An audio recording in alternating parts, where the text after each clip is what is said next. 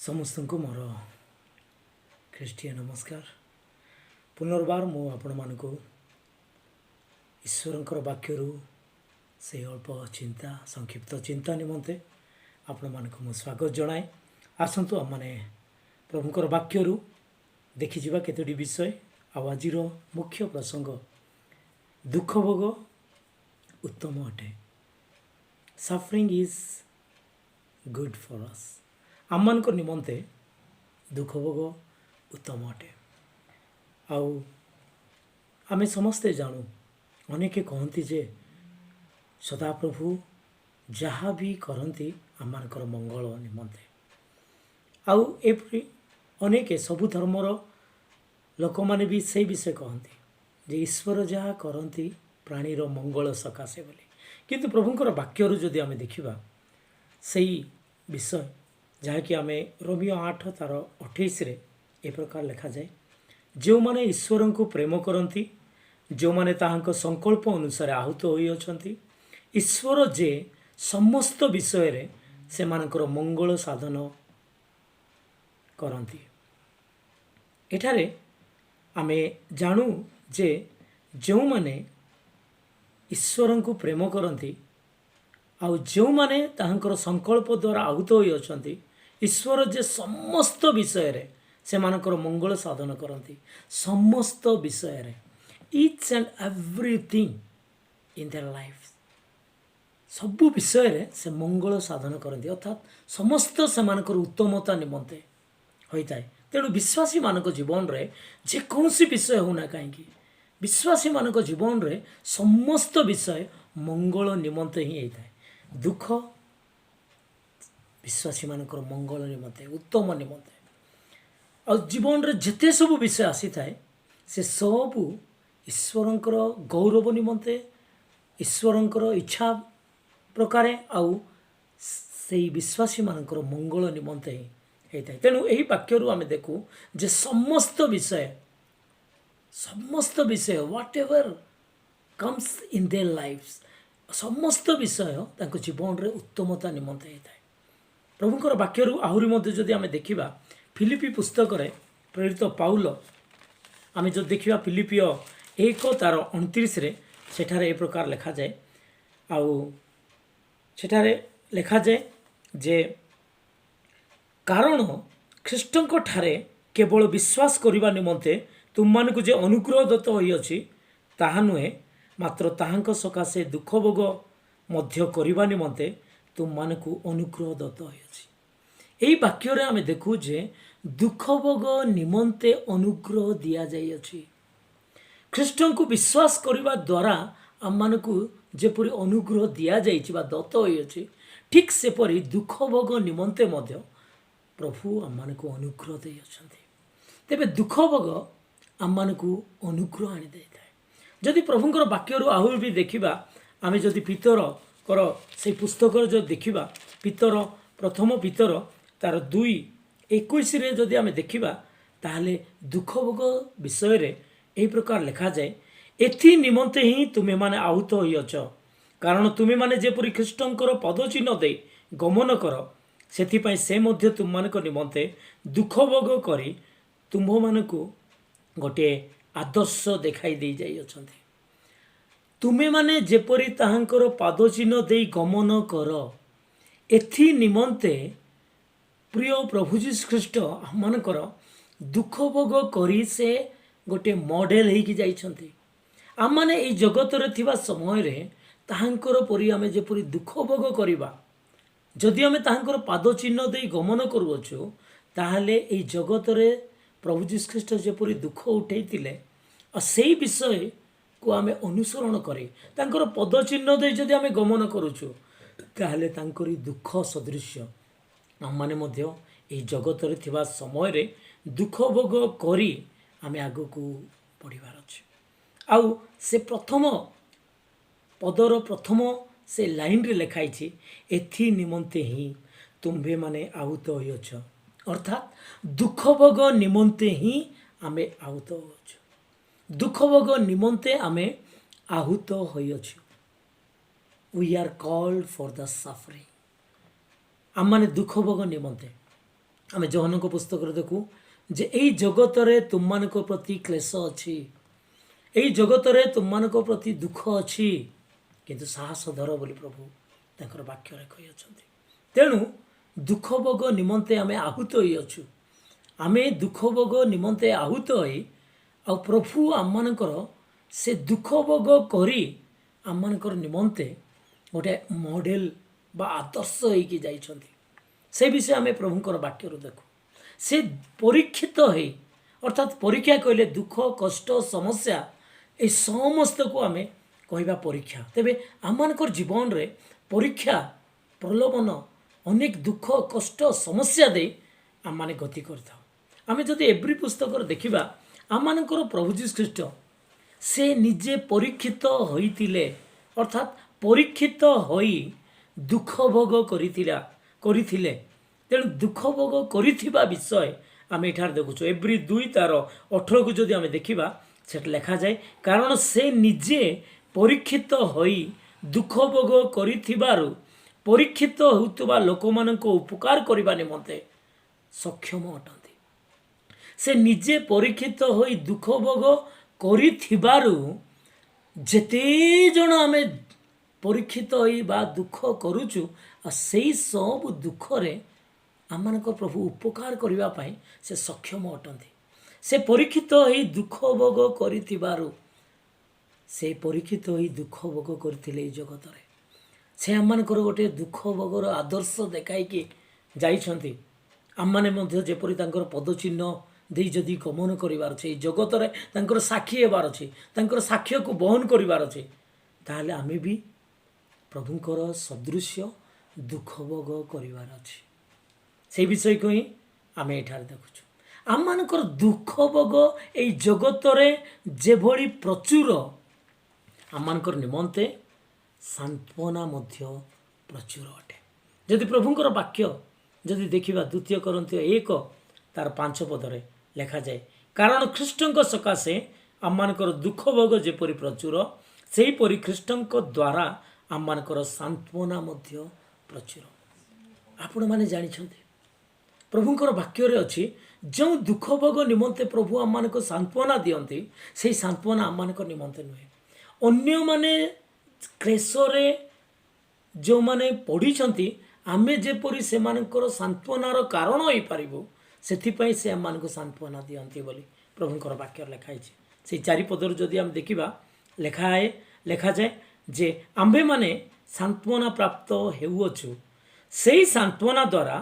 जेपरि समस्त प्रकार क्लेश भोगुतिबा लोकमानकु सांत्वना देई पारू एथिपई से आममानकर समस्त क्लेश रे आममानकु सांत्वना प्रदान करंती एथिपई आममानकु से समस्त क्लेश अर्थात समस्त दुख समस्त कष्ट समस्त समस्या सब दुख भोगरे समस्त क्लेश रे से आम मानकु सांत्वना प्रदान करिथांती कहीं से सांत्वना द्वारा जेपरि समस्त प्रकार क्लेश भोगुतिबा लोक मानकु आमे सांत्वना देई पारो सेथिपई आमे सेई आमर दुख रे प्रभु सांत्वना देइथांती एहा प्रभुंकर वाक्यरु आमे शिखुअछु आ प्रभुंकर वाक्य आम मानकु आहुरी मध्य शिक्षा दिए जे जदि आमे ईश्वरंक संतान ताहले आमे ईश्वरंकर उत्तराधिकारी आउ प्रभु जीशु ख्रीष्ट जेपरि पिता ईश्वरंकर उत्तराधिकारी आमे मध्य ईश्वरंकर संतान हेबा निमंते आउ हेइचु बोली ईश्वरंकर संतान सह प्रभु जीशु ख्रीष्टंकर सहित सह उत्तराधिकारी अटु तेणु आमे जदि प्रभुंकर वाक्यरु जदि आमे देखिबा रोमियो पुस्तक रे आउ रोमियो 8 तार 17 रे आमे देखिबा पई पाउछु सेठारे ए प्रकार लेखा जाए जे जदि आमे संतान आउ जदि संतान तेबे उत्तराधिकारी अर्थात जदि ख्रीष्टंक सहित गौरवान्वित मध्य हेबा निमंते आम्भे माने ताहांक सांगरे दुख भोग करू तेबे ईश्वरंकर उत्तराधिकारी और ख्रीष्टंक सह उत्तराधिकारी ଅଟୁ। ଏଠାରେ ଦୁଃଖ ଭୋଗ ଆମମାନଙ୍କୁ ଖ୍ରୀଷ୍ଟଙ୍କ ସହିତ ଯଦି ଆମେ ଦୁଃଖ ଭୋଗ କରିବା ତେବେ ଖ୍ରୀଷ୍ଟଙ୍କ ସହିତ ଗୌରବାନ୍ୱିତ ମଧ୍ୟ ହେବା। ଏହି ବିଷୟ ଲେଖା ହେଇଛି।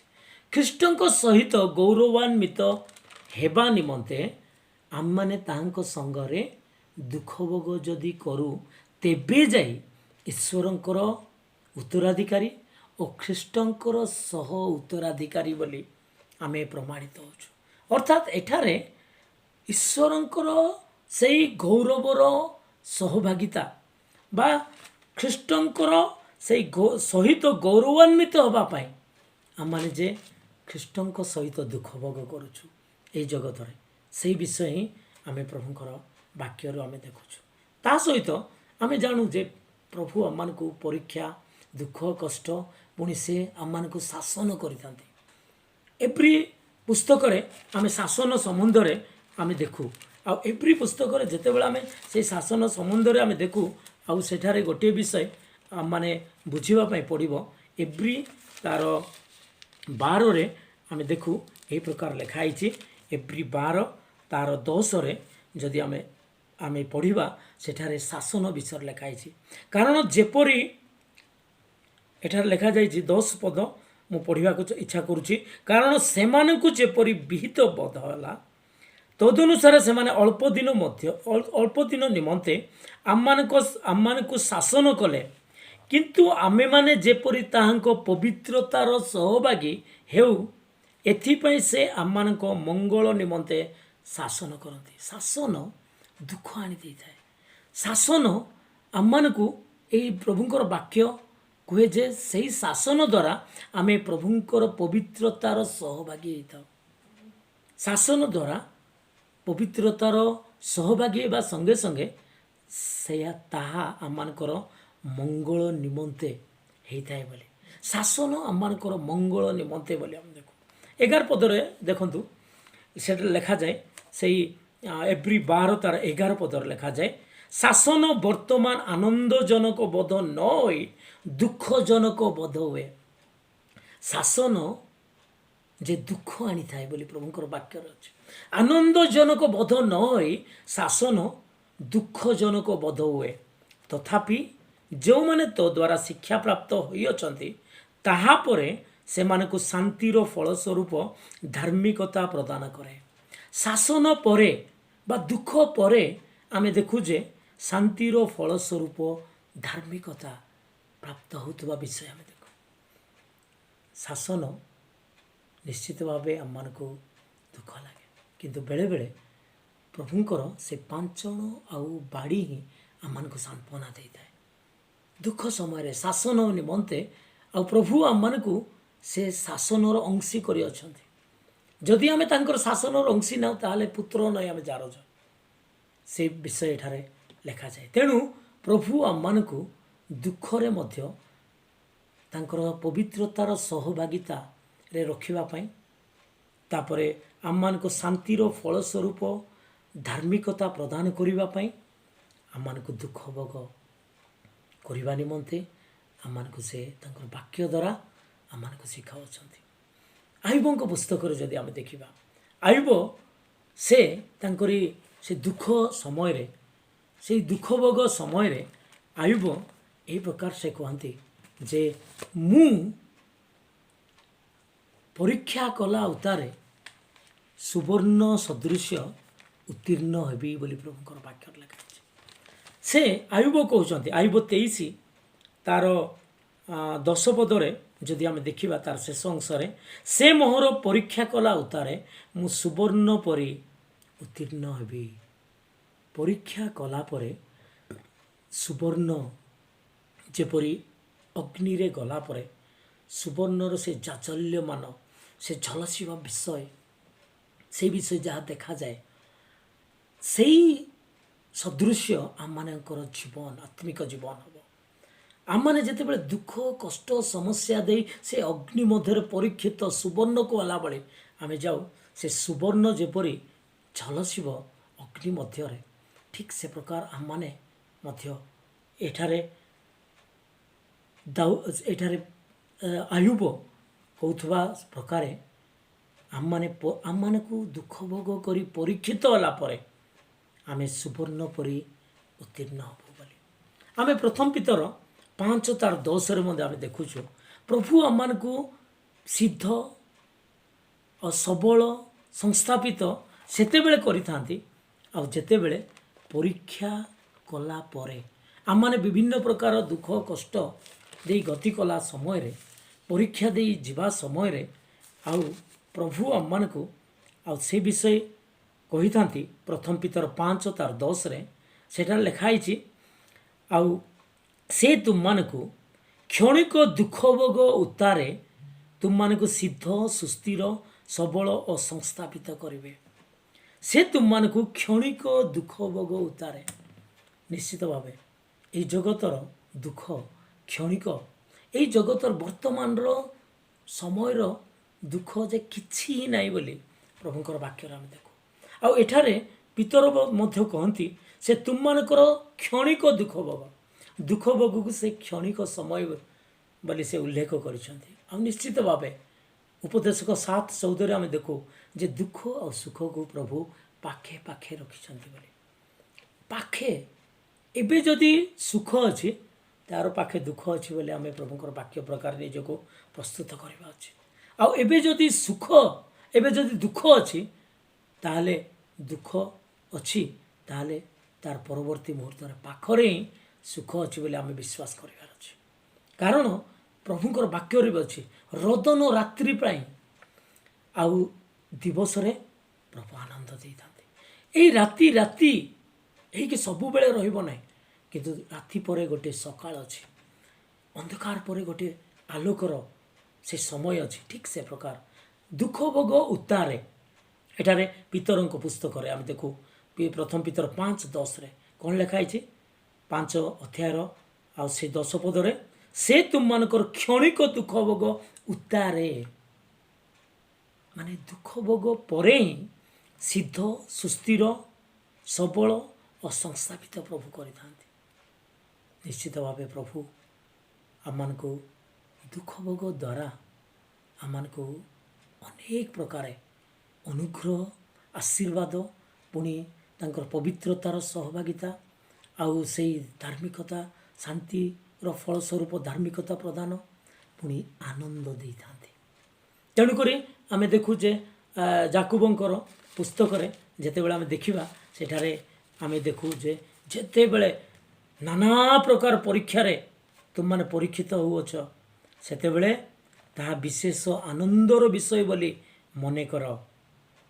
ପ୍ରଭୁଙ୍କର ବାକ୍ୟରେ ଆମେ ଦେଖୁ ଯାକୁବ 1:2-3 ଆମେ ଦେଖୁଛୁ ଯେତେବେଳେ ନାନା ପ୍ରକାର ପରୀକ୍ଷା ଦୁଃଖ କଷ୍ଟ ଦେଇ ଆମେ ଯାଉଛୁ ଆନନ୍ଦର ବିଷୟ ବୋଲି ମନେ କର। ନିଶ୍ଚିତ ଦୁଃଖ ସମୟରେ କେବଳ ବିଶ୍ୱାସୀମାନେ ହିଁ, ଯେଉଁମାନେ ପ୍ରଭୁ ଯୀଶୁଖ୍ରୀଷ୍ଟଙ୍କର ହୋଇ ପ୍ରଭୁ ଯୀଶୁଖ୍ରୀଷ୍ଟଙ୍କୁ ବିଶ୍ୱାସ କରୁଛନ୍ତି, ନିଜ ହୃଦୟରେ ସ୍ଥାନ ଦେଇଛନ୍ତି, ପ୍ରଭୁ ଯୀଶୁଖ୍ରୀଷ୍ଟଙ୍କର ଭରସା ସେମାନଙ୍କର ପାଖରେ ଅଛି, ଆଉ ସେମାନେ ହିଁ ଦୁଃଖରେ ଆନନ୍ଦ କରିପାରିବେ। ଆଉ ଦୁଃଖରେ ଆନନ୍ଦ କରିବା ପାଇଁ ହିଁ ପ୍ରଭୁଙ୍କର ବାକ୍ୟ ଆମମାନଙ୍କୁ ଅଛି। ହେ ଭାଇମାନେ, ତୁମମାନେ ଯେତେବେଳେ ନାନା ପ୍ରକାର ପରୀକ୍ଷାର ପରୀକ୍ଷିତ ହେବ ଆନନ୍ଦର ବିଷୟ ବୋଲି ମନେ କର। ନିଶ୍ଚିତ ଭାବେ ଅନେକ ଲୋକ ଏହି ଜଗତରେ ଅଛନ୍ତି ଦୁଃଖରେ ଭାଙ୍ଗି ପଡ଼ୁଛନ୍ତି, ଦୁଃଖରେ ସେମାନେ ନିଜର ଜୀବନକୁ ନଷ୍ଟ କରିଦେଉଛନ୍ତି, ସେମାନେ ଆତ୍ମହତ୍ୟା କରିଦେଉଛନ୍ତି। କାହିଁକି? ସେ ଦୁଃଖକୁ ସେମାନେ ସହ୍ୟ କରିପାରୁନାହାନ୍ତି। ସେଇ ଦୁଃଖରେ ସେମାନଙ୍କର ଶକ୍ତି ନାହିଁ ଆଗକୁ ସେଇ ସମସ୍ୟା କିମ୍ବା ସେମାନେ ଯେଉଁ ପରିସ୍ଥିତିରେ ଅଛନ୍ତି ସେଇଟା ମୁକାବିଲା କରିବା ପାଇଁ। କିନ୍ତୁ ପ୍ରଭୁ ତାଙ୍କର ବାକ୍ୟ ଦ୍ୱାରା ଆଜି ଆମମାନଙ୍କୁ ସାହସ ଦେଉଛନ୍ତି, ଶକ୍ତି ଦେଉଛନ୍ତି, ଧୈର୍ଯ୍ୟ ଦେଉଛନ୍ତି, ଆଉ ଆମମାନଙ୍କୁ ସେ ଆନନ୍ଦ ଦେଉଛନ୍ତି। ତାଙ୍କର ବାକ୍ୟର ଆନନ୍ଦ, ତାଙ୍କର ବ୍ୟବସ୍ଥାରେ ଆମେ ଆନନ୍ଦ କରିବାର ଅଛି, ଆମମାନେ ଆହ୍ଲାଦ ହେବାର ଅଛି।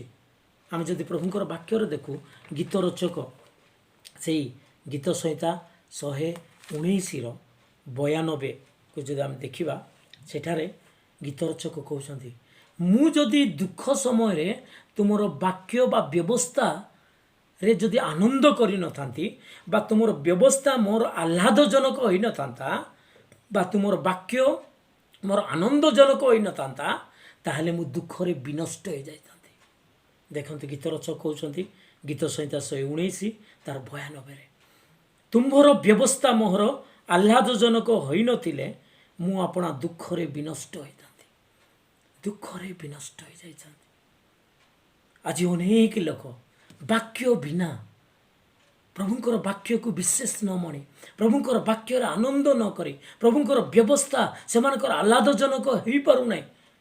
ତେଣୁକରି ସେମାନେ ପ୍ରଭୁଙ୍କର ବାକ୍ୟରୁ ବିମୁଖ ହୋଇ, ପ୍ରଭୁଙ୍କର ବାକ୍ୟର ଭରସା ଶକ୍ତି, ପ୍ରଭୁଙ୍କର ବାକ୍ୟର ସେହି ସମସ୍ତ ବିଷୟ ହରାଇ, ପ୍ରଭୁଙ୍କର ବାକ୍ୟରେ ଆନନ୍ଦ ନ କରି ଆଜି ସେମାନେ ବିନଷ୍ଟ ହେଉଛନ୍ତି। କିନ୍ତୁ ଗୀତ ରଚକ ସାକ୍ଷ୍ୟ ଦେଇ ତାଙ୍କର ସାକ୍ଷ୍ୟ ଦେବା ସଦୃଶ ସେହି ଜୀବନ୍ତ ବାକ୍ୟ ପ୍ରକାଶ କରୁଛନ୍ତି ଯେ ତୁମର ବ୍ୟବସ୍ଥା ଯଦି ମୋର ଆହ୍ଲାଦଜନକ ହୋଇନଥିଲେ ମୁଁ ଦୁଃଖରେ ବିନଷ୍ଟ ହୋଇଥାନ୍ତି।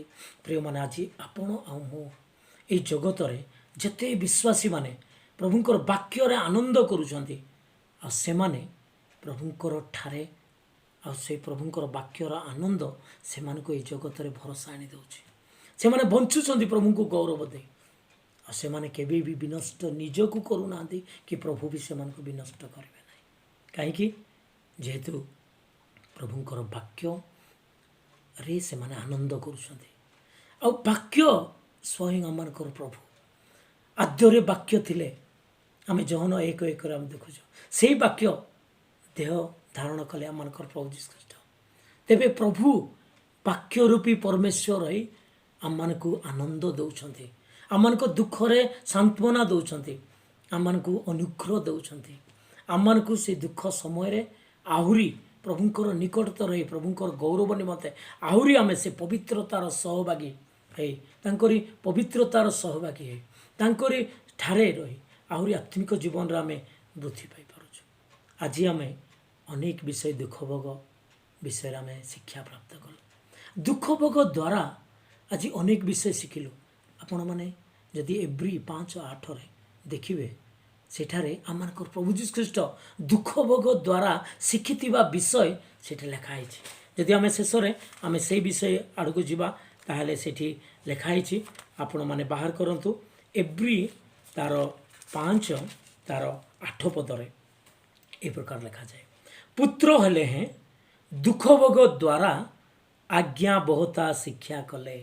ଓ ଈଶ୍ୱରଙ୍କର ପୁତ୍ର, the great son of God, ପ୍ରଭୁଙ୍କର ପୁତ୍ର ଆମେ ଦେଖୁ। ପୁତ୍ର ହେଲେ ହେଁ ପ୍ରଭୁ ଯୀଶୁ ଖ୍ରୀଷ୍ଟ ନିଜେ ଦୁଃଖ ଭୋଗ ଦ୍ୱାରା ଆଜ୍ଞା ବହତା, ମାନେ ବାଧ୍ୟ ହେବାର, କଥା ମାନିବାର ଶିକ୍ଷା କଲେ। ଆଜି ଆପଣଙ୍କୁ ଆଉ ମୋତେ ପ୍ରଭୁ ଦୁଃଖ ଭୋଗ ଦ୍ୱାରା ତାଙ୍କରି ଆଜ୍ଞାବହ ହେବାର ଶିଖାଇବା ବିଷୟକୁ ପ୍ରଭୁ ଆଜି ଆମମାନଙ୍କୁ ଜଣାଉଛନ୍ତି। ଆପଣମାନେ ପ୍ରସ୍ତୁତ କି? ତେଣୁ ଦୁଃଖ ଭୋଗ ଆମମାନଙ୍କର ନିମନ୍ତେ ଉତ୍ତମ ଅଟେ। ଆମମାନଙ୍କର ପ୍ରିୟ ପ୍ରଭୁ ଯୀଶୁ ଖ୍ରୀଷ୍ଟ, ଯିଏକି ଆପଣଙ୍କର ପାପ, ମୋ ପାପ, ଏ ସମଗ୍ର ଜଗତର ପାପ ନିମନ୍ତେ ସେ ଦୁଃଖ ଭୋଗ କରିଥିଲେ, ସେ ଦଣ୍ଡିତ ହୋଇଥିଲେ, ଅପମାନିତ ହୋଇଥିଲେ। ଯାହା ଯେଉଁ ପାପ ଦ୍ୱାରା କି ମୁଁ ଆଉ ଆପଣ ଏ ସମଗ୍ର ଜଗତର ସେହି ସବୁ ଦଣ୍ଡ ସେ ନିଜ ଉପରେ ବହନ କଲେ। ମୋର ଦଣ୍ଡ, ଆପଣଙ୍କର ପାପର ଦଣ୍ଡ ସବୁ ନିଜ ଉପରେ ନେଲେ। ଯେଉଁ ଦଣ୍ଡରେ ଆମେ ଦଣ୍ଡିତ ହେବାର ଥିଲା ସେ ନିଜ ଉପରକୁ ନେଲେ। ତାଙ୍କରି ପ୍ରହାରରେ ଆମେ ସୁସ୍ଥ ହେଇଛୁ। ସେ ଜୀବନ ଦେଇଥିବାରୁ ଆଜି ଆମେ ଜୀବନ ପାଇଅଛୁ। ସେ ଜୀବନ ଦେଇଥିବାରୁ ଆଜି ଅନନ୍ତ ଜୀବନ ଆମେ ପାଇଅଛୁ। ପ୍ରଭୁ ଯୀଶୁ ଖ୍ରୀଷ୍ଟଙ୍କର ପ୍ରେମ କି ଆଶ୍ଚର୍ଯ୍ୟ, ଅତୁଳନୀୟ, ଅବର୍ଣ୍ଣନୀୟ। ପ୍ରଭୁ ମୋ ପାଇଁ, ଆପଣଙ୍କ ପାଇଁ, ମୋତେ ଆଉ ଆପଣଙ୍କୁ, ପୁଣି ଏହି ସମଗ୍ର ଜଗତକୁ ପ୍ରେମ କରି ସେ କାଲବରୀ କ୍ରୁଶ ଉପରେ ସେ ପ୍ରେମର ପରିଚୟ ଦେଲେ। ଦୁଇ ହାତ ମେଲେଇ ମୁଁ ଏତେ ପ୍ରେମ କରୁଛି। ଓ ସେଇ ପ୍ରେମର ତୁଳନା ନାହିଁ, ବର୍ଣ୍ଣନା ନାହିଁ। ଆଉ ସେଇ ପ୍ରେମ କରି ସେ ମୋତେ ଆଉ ଆପଣଙ୍କୁ ସେ ନର୍କରୁ ଉଦ୍ଧାର କରିବା ପାଇଁ, ଏ ସମଗ୍ର ମାନବ ଜାତିକୁ ପାପରୁ ଉଦ୍ଧାର କରି ସ୍ୱର୍ଗରେ ତାଙ୍କ ସହିତ ରଖିବା ପାଇଁ ନିଜ ଜୀବନ ଦେଇଦେଲେ, ତାଙ୍କ ରକ୍ତ ଢାଳିଲେ। ଆମମାନଙ୍କୁ କରଡ଼ା ମାଡ଼ ଆମମାନଙ୍କର ପିଠିରେ ପଡ଼ିବାର ଥିଲା, ଆମମାନଙ୍କୁ କଣ୍ଟାର ମୁକୁଟ ପିନ୍ଧିବାର ଥିଲା, ଆମମାନଙ୍କର ମୁଖରେ ଛେପ ପକା ଯିବାର ଥିଲା, କିନ୍ତୁ ସେ ସବୁ ନିଜ ଉପରେ ସହ୍ୟ କଲେ। ସେ କେତେ ପ୍ରେମ ଆପଣଙ୍କୁ ଆଉ ମୋତେ କରୁଛନ୍ତି। ଯଦି ତାଙ୍କର ପ୍ରେମକୁ ଆପଣ ବୁଝିପାରୁଛନ୍ତି, ତାଙ୍କର କୃଷିୟ ସେ ମରଣକୁ ଯଦି ଆପଣ ବୁଝିପାରୁଛନ୍ତି, ଆଉ ଆପଣ ତାଙ୍କୁ ଯଦି ବିଶ୍ୱାସ କରୁଛନ୍ତି, ମୋ ନିମନ୍ତେ ପ୍ରଭୁ ଯୀଶୁ ଖ୍ରୀଷ୍ଟ ଏହି ଜଗତରେ ଅବତୀର୍ଣ୍ଣ ହେଲେ ମନୁଷ୍ୟ ରୂପରେ, ମନୁଷ୍ୟ ଭାବେ ସେ ଦୁଃଖ, କଷ୍ଟ, ସମସ୍ୟା ସହି ମୋ ନିମନ୍ତେ କାଲବରୀ କ୍ରୁଶ ଉପରେ ମୃତ୍ୟୁବରଣ କଲେ। ସେ ମୃତ୍ୟୁବରଣ କଲେ, କବରସ୍ଥ ହେଲେ, ଆଉ 3 ଦିନ ପରେ ସେ ପୁନରୁତ୍ଥିତ ହୋଇ ସେ ପୁନରୁତ୍ଥିତ ଜୀବିତ ପରମେଶ୍ୱର। ନିଶ୍ଚିତ ଭାବେ ଆଜି ଅନେକ ଭାବୁଛନ୍ତି ମଲା ପରେ ଆଉ କେହି ବି ଉଠି ନାହାନ୍ତି ବୋଲି, କିନ୍ତୁ ଏ ସମଗ୍ର ପୃଥିବୀରେ ଏକମାତ୍ର ପ୍ରଭୁ ଆମମାନଙ୍କର ପ୍ରଭୁ ଯୀଶୁ ଖ୍ରୀଷ୍ଟ, ଯିଏକି ମୃତ୍ୟୁବରଣ କରି 3 ଦିନ ପରେ ସେ ମୃତ୍ୟୁକୁ ଜୟ କରି ଉଠି ଅଛନ୍ତି। ଆଜି ମଧ୍ୟ ସେଇ କବର ଯଦି ଆପଣ ଯାଇ ଦେଖିବେ, ସେ କବରଟି ଖାଲି ଅଛି, ଆଉ ସେ ଏହି କବର ମଧ୍ୟରେ ନାହାନ୍ତି, ସେ ଉଠି ଅଛନ୍ତି। ସେ ପୁନରୁତ୍ଥିତ ପ୍ରଭୁ, ସେ ବି ଜୀବିତ ପରମେଶ୍ୱର। ସେ ବି ଆପଣଙ୍କୁ ଦେଖୁଛନ୍ତି, ଆପଣମାନଙ୍କର ଜୀବନର ପ୍ରତ୍ୟେକ ଚିନ୍ତା, ପ୍ରତ୍ୟେକ ଭାବନା, ଆପଣଙ୍କର ହୃଦୟର ପ୍ରତ୍ୟେକ କଳ୍ପନା, ଆପଣଙ୍କର ଅବସ୍ଥା, କେଉଁ ଦୁଃଖ ଅବସ୍ଥାରେ ଅଛନ୍ତି, କେଉଁ ପ୍ରକାର ଭାବେ ଆପଣ ଅଶାନ୍ତିରେ ଅଛନ୍ତି, ସେହି ପ୍ରଭୁ ଯୀଶୁ ଖ୍ରୀଷ୍ଟ କହନ୍ତି, ହେ ପରିଶ୍ରାନ୍ତ ଭାରଗ୍ରସ୍ତ ସମସ୍ତେ ମୋ ନିକଟକୁ ଆସ, ମୁଁ ତୁମମାନଙ୍କୁ ବିଶ୍ରାମ ଦେବି ବୋଲି। ଆଜି ପ୍ରଭୁଙ୍କ ନିକଟରେ ହିଁ ବିଶ୍ରାମ ଅଛି। ଯଦି ଆପଣ ଦୁଃଖିତ ହୋଇଯାଇଛନ୍ତି ଅନେକ ବିଷୟରେ, ଯଦି ଆପଣଙ୍କ ଜୀବନରେ, ପାରିବାରିକ ଜୀବନରେ, ବ୍ୟକ୍ତିଗତ ଜୀବନରେ ଅନେକ ଦୁଃଖ ସମସ୍ୟା ଅଛି, ସେହି ପ୍ରଭୁ ଯୀଶୁ ଖ୍ରୀଷ୍ଟ ହିଁ ଏକମାତ୍ର ପ୍ରଭୁ ଆପଣଙ୍କର ସମସ୍ୟାକୁ ସମାଧାନ କରିବେ। ଆପଣ ଦୁଃଖ ଭୋଗ କରି, ଆପଣ ଦୁଃଖରେ, ଚିନ୍ତାରେ, ନୈରାଶ୍ୟରେ ଅଛନ୍ତି, ନିରାଶ ହେଇଯାଉଛନ୍ତି, ଆପଣ ଭୟଭୀତ ଥିବା ଅବସ୍ଥାରେ, ସେହି ପ୍ରଭୁ ଆମମାନଙ୍କୁ ତାଙ୍କର ବାକ୍ୟ ଦ୍ୱାରା କହୁଛନ୍ତି, ଯିଶାୟା 41:10, ଭୟ କର ନାହିଁ, ତୁମେ ନିରାଶ ହୁଅ ନାହିଁ। ସେଠାରେ ସେ କହୁଛନ୍ତି, କାରଣ ଆମ୍ଭେ ତୁମର ପରମେଶ୍ୱର, ଆମ୍ଭେ ତୁମକୁ ସବଳ କରିବା, ଆମ୍ଭେ ତୁମର ସାହାଯ୍ୟ କରିବା। ହଁ, ଆମ୍ଭେ ଆପଣା ଧର୍ମ ସ୍ୱରୂପ ଦକ୍ଷିଣ ହସ୍ତରେ ତୁମକୁ ଧରି ରଖିବା। ଏଭଳି ପରମେଶ୍ୱର, ଆଉ ସେହି ପରମେଶ୍ୱର ଯାହାକି ଆଜି ଆମମାନଙ୍କ ନିମନ୍ତେ ଚିନ୍ତା କରୁଛନ୍ତି। ପ୍ରିୟମାନେ, ଆସୁ ଆମମାନେ ପ୍ରଭୁ ଯୀଶୁ ଖ୍ରୀଷ୍ଟଙ୍କୁ ବିଶ୍ୱାସ କରିବେ ଆମମାନଙ୍କର ବ୍ୟକ୍ତିଗତ ଉଦ୍ଧାରକର୍ତ୍ତା ବୋଲି। ଆଉ ପ୍ରଭୁ ଯୀଶୁ ଖ୍ରୀଷ୍ଟ ଆମମାନଙ୍କୁ ସେ ସବୁବେଳେ ଆମମାନଙ୍କ ସହିତ ଇମାନୁଏଲ ପରମେଶ୍ୱର ହେଇକି ଅଛନ୍ତି। ସମସ୍ତ ଦୁଃଖରେ, ସମସ୍ତ ସମସ୍ୟାରେ ଆମମାନଙ୍କୁ କେବେ ବି ସେ ଛାଡ଼ିଦେବେ ନାହିଁ। ଏଭ୍ରିରେ ଲେଖା ହେଇଛି, ଆମ୍ଭେ ତୁମକୁ କେବେ ବି ଛାଡ଼ିବା ନାହିଁ, ଆଉ କେବେ ବି ପରିତ୍ୟାଗ କରିବା ନାହିଁ। ଆମମାନଙ୍କର ପ୍ରଭୁ ଆମମାନଙ୍କ ସହିତ ଆମମାନଙ୍କୁ କହୁଛନ୍ତି, ମୁଁ ମୋର ଦକ୍ଷିଣ ହସ୍ତ ଦ୍ୱାରା ତୁମକୁ ଧରି ରଖିବି, ମୁଁ ତୁମକୁ କେବେ ବି ଛାଡ଼ିବି ନାହିଁ, କେବେ ବି ପରିତ୍ୟାଗ କରିବି ନାହିଁ। ଆମେ ଦେଖିଗଲୁ ପ୍ରଭୁଙ୍କର ବାକ୍ୟରୁ ଦୁଃଖ ଭୋଗ ଅନେକ ପ୍ରକାର ଭାବରେ ଜଣେ ବିଶ୍ୱାସୀ ଯଦି ଦେଇଯାଉଛି, ତାହେଲେ ତାର ନିମନ୍ତେ ସେଇ ଦୁଃଖ ଭୋଗ ଉତ୍ତମ ଅଟେ। କାହିଁକି? ଆମମାନଙ୍କର ପ୍ରଭୁ ଯୀଶୁ ଉତ୍ତମ ଅଟନ୍ତି। Our lord is good, our God is good. ତେଣୁକରି ସେ ଆମମାନଙ୍କର ସମସ୍ତ ବିଷୟ ମଙ୍ଗଳ ଆଉ ଉତ୍ତମ ନିମନ୍ତେ, ଦୁଃଖ ଆସୁ, କଷ୍ଟ ଆସୁ, ସମସ୍ତ ବିଷୟ ଆମମାନଙ୍କର ଉତ୍ତମ ନିମନ୍ତେ, ଆମମାନଙ୍କର ମଙ୍ଗଳ ନିମନ୍ତେ ପ୍ରଭୁ ଆପଣଙ୍କୁ ଆଉ ମୋତେ ସମସ୍ତଙ୍କୁ, ଆମ ସମସ୍ତଙ୍କୁ ସାହାଯ୍ୟ କରନ୍ତୁ। ବହୁତ ବହୁତ ଧନ୍ୟବାଦ।